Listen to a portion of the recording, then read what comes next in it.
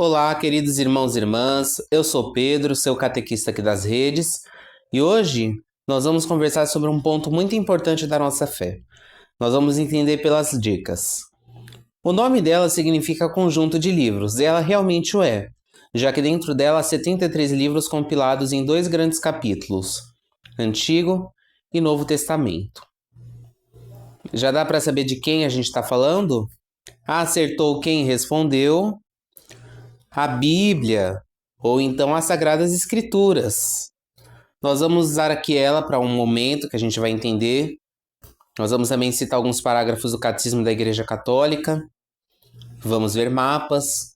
Então vamos puxar a vinheta para a gente começar logo essa catequese que está imperdivelmente imperdível.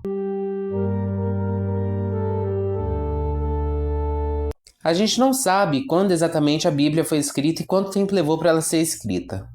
Mas estima-se que ela começou a ser escrita lá em 1500 a.C. e foi concluída em 100 d.C., que dá em torno de uns 1600 anos. E o possível número de autores da Bíblia é 40. Não exato. E entre eles estão Moisés, Isaías, Jonas, Naum, Lucas, Pedro, Marcos, João e vários outros. Mas tem também o autor principal, Deus. Todas as escrituras foram inspiradas por Deus. Por isso a gente sempre fala, a Bíblia tem como autor principal Deus e os coautores os que escreveram aqui na Terra. Então Deus só falou que eles tinham que escrever, eles escreveram? Não.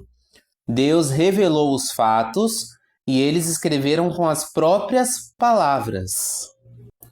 Ela foi escrita em vários locais, sendo que o Antigo Testamento principalmente foi escrito na região da Palestina, Babilônia e Egito, como vocês estão vendo aqui no mapa. A Palestina não aparece porque na época ela não era considerada um estado independente, mas ela está englobada aí nesse território que vocês estão vendo. Enquanto o Novo Testamento, ele foi escrito também mais ou menos nessa região, porém numa quantidade de locais maiores, como por um exemplo, Ásia, Palestina, Síria, no caso da Ásia, Ásia Menor, Grécia e Itália. E os seus idiomas originais, meus irmãos e irmãs, eram o grego, o aramaico e o hebraico. Os materiais que eles usaram, tem muitos, mas os três principais, cerâmica, papiro e pergaminho, que estão aparecendo aqui na tela de vocês conforme essa ordem que eu falei.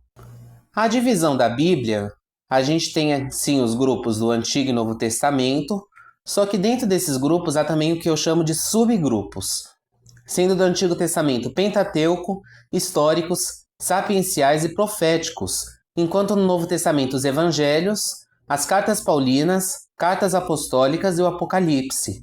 Agora outro ponto muito polêmico, diferença de Bíblia Católica e Bíblia Protestante. As duas são Bíblias, até aí tudo bem. Só que a gente tem que pensar que a Bíblia protestante ela tem 7 livros a menos que a Bíblia católica. São os chamados de livros apócrifos, ou para os católicos, deuterocanônicos. E por que eles são considerados apócrifos? Porque, segundo os protestantes e demais religiões que não têm eles na Bíblia, eles não foram inspirados por Deus. Dizem que a Igreja Católica ela ocultou a Bíblia, mas isso não é verdade. Mas sim a Igreja Católica a organizou e canonizou a Bíblia, ou seja, é graças à Igreja Católica que a Bíblia tem essa estrutura que ela tem atualmente. Até aí tudo bem. E 2 pontos muito importantes dessa organização da Bíblia. A Septuaginta, que traduziu a Bíblia do hebraico para o grego, e a Vulgata de São Jerônimo, que a gente usa até hoje, que foi traduzida para o latim. Os parágrafos do Catecismo da Igreja Católica que complementam a importância da Bíblia para nós. Do 112 ao 120, de maneira resumida, é confirmada a conexão de ambos os testamentos. O Antigo, ele nos prepara para o Novo Testamento. Desde lá no Antigo Testamento era prometido Cristo que nos é apresentado no Novo Testamento. Ou seja, toda a Bíblia está conectada mesmo que a gente não perceba. Os parágrafos de 81 a 83, eles dizem que a interpretação deve ser guiada pelo magistério da Igreja. Ou seja, não pode ser aquela interpretação que a gente interpreta do jeito que quer. Isso reforça também os 3 pilares da igreja: magistério, tradição e palavra. Sem os 3, a igreja não conseguiria se manter de pé. E além disso, no parágrafo 106, meus queridos, fala que a Bíblia foi escrita por humanos, mas inspirada por Deus. Ou seja, não tem essa de a Bíblia foi escrita por humanos, então é imperfeita, não preciso ler. Bíblia nunca será um livro qualquer. Até porque senão ela não seria o livro mais vendido e também não seria o livro mais roubado no mundo. E também tem a formação do cânon, ou seja, como a Bíblia foi tomando esse formato que ela tem atualmente. Isso aconteceu através de concílios, sendo os 3 mais importantes: o de Hipona, que aconteceu em 393, e o de Cartago, de 397, que eles estabeleceram oficialmente os livros do Antigo e Novo Testamento, e o Trento de 1546, que reafirmou o cânon, incluindo também os livros deuterocanônicos, dando à Bíblia a estrutura que a gente tem atualmente. Se a gente for olhar aqui na Bíblia, vocês viram que eu tinha deixado uma passagem separada? Aqui em 2 Tessalonicenses 2, versículo 15, está escrito: Assim, pois, irmãos, ficai firmes e conservai os ensinamentos que de nós aprendestes, seja por palavras, seja por carta nossa. Ou seja, as tradições da igreja têm que ser mantidas, são importantes, são pontos basilares para a nossa fé.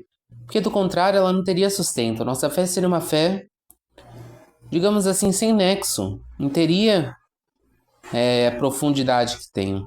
Por isso é importante a gente ter a sintonia com a palavra, mas também com o magistério da igreja, buscando seguir aquilo que o magistério nos passa, e as tradições, pregando-as e defendendo-as. Então é isso, irmãos e irmãs.